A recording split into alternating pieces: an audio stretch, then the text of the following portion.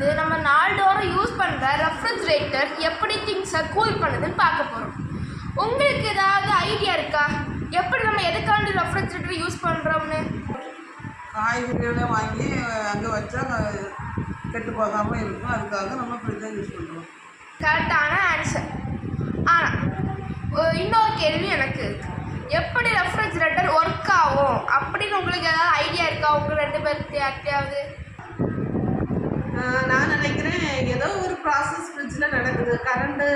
ஒருவேளை கரண்ட்டை நம்ம யூஸ் பண்ணுறதுனால அந்த ப்ராசஸ் நடந்து திங்ஸ் எல்லாம் கூல் ஆகுதுன்னு நினைக்கிறேன். அதனால தான் ஃப்ரிட்ஜ் எப்போவுமே இது கூலாக இருக்குதுன்னு நான் நினைக்கிறேன். நீங்கள் சொல்கிறது பாதி கரெக்டு பாதி தப்பு. நார்மல் பீப்புள் எல்லாருமே இப்படி தான் நினச்சிட்டு இருக்காங்க, ரெஃப்ரிஜரேட்டர் இப்படி தான் ஒர்க் ஆகுது. ஆனால் சயின்டிஃபிக்காக அது தப்பு. ரெஃப்ரிஜரேட்டர் எப்படி ஒர்க் ஆகுதுன்னா, அது வந்து it does not create a cold. இது வந்து குளிர்ச்சியை உண்டாக்காது. இது என்ன பண்ணுதுன்னா, உள்ளே இருக்கிற ஃபுட்டு இருக்குல்ல, அதில் இருக்க ஃபுட் பார்ட்டிகல்ஸில் இருக்க ஹீட்டு அந்த வெப்பத்தை உறிஞ்சி எடுத்து வெளியில் கொண்டு வருது. இதுதான் ரெஃப்ரிஜரேட்டரோட ப்ராசஸ். சரியா? இன்றைக்கி நான் வந்து இதில் நம்ம கான்செப்டில் 4 மெயின் பார்ட்ஸ் இருக்குது. ஃபஸ்ட் பார்ட் வந்து எவாப்ரேட்டர். எவாப்ரேட்டர் அப்படின்னா அது வந்து ஒரு லோ ப்ரெஷர் லோ டெம்பரேச்சர் அப்படி சொல்லிக்கலாம், அப்படி தான் அது இருக்கும். அந்த பார்ட்டில் வந்து ரெஃப்ரிஜரண்ட்னு ஒரு ஃப்ளூயிடு, அந்த ஃப்ளூயிடு வந்து அது வந்து லிக்விடாக தான் இருக்கும். அது வந்து லோ டெம்பரேச்சரில் இருக்கும்போது கேஸாக மாறுது. கேஸாக மாறும்போது அது வந்து நம்ம ரெஃப்ரிஜரேட்டரில் இருக்கிற ஃபுட் பார்ட்டிகல்ஸ் இருக்க ஹீட்டை அப்சார்ப் பண்ணுது, அது அப்படியே வெளியில் கொண்டு வருது. இதுதான் அந்த எவாபரேட்டரோட வேலை. அதுதான் அந்த எவாபரேட்டரோட வேலை. அடுத்து என்னென்னா கம்ப்ரஸர். நம்ம ஃப்ரிட்ஜுக்கு பின்னாடி வந்து ஒரு பாட்டு வந்து டக்கு டக்குன்னு சத்தம் போட்டுகிட்டே இருக்கும், தெரியுமா? அதுதான் சத்தம் கேட்குதா? ஆமாம் கேட்டிருக்கேன். ஆமாம், அந்த கம்ப்ரஸர் இருக்குல்ல, அது வந்து அது வழியாக நம்ம அந்த ஹீட்டை அப்சர்வ் பண்ண கேஸ் இருக்குல்ல, அது அந்த கம்ப்ரஸருக்கு வருது. அது வந்து அந்த கேஸ் எப்படி இருக்குது? லோ ப்ரெஷரில் லோ டெம்பரேச்சரில் இருக்குது.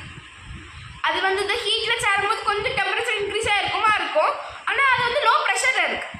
இந்த கம்ப்ரஸரில் வரும்போது இந்த கம்ப்ரஸர் வந்து ஸ்குவீஸ் பண்ணுது. ஸ்குவீஸ்னா இருக்குது அந்த கேஸை இறுக்கி அது வந்து ஹை ப்ரெஷர் கேஸாக மாறுது.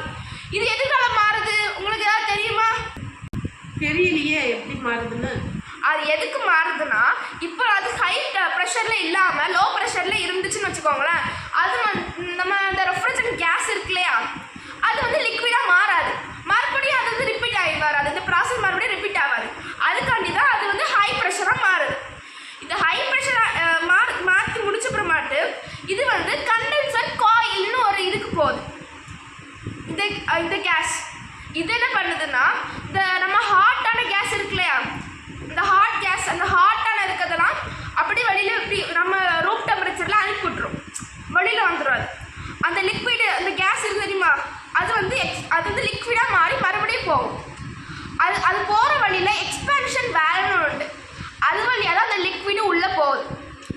இந்த ப்ராசஸ் திருப்பி நடக்குது.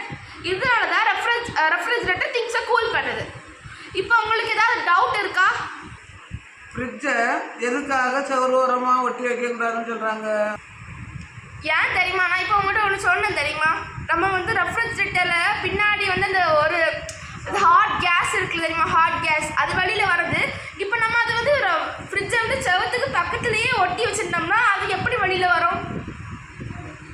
அதனால தான் நம்ம வந்து செவரு பக்கத்தில் ஃப்ரிட்ஜை வைக்கக்கூடாதுன்னு சொல்கிறோம்.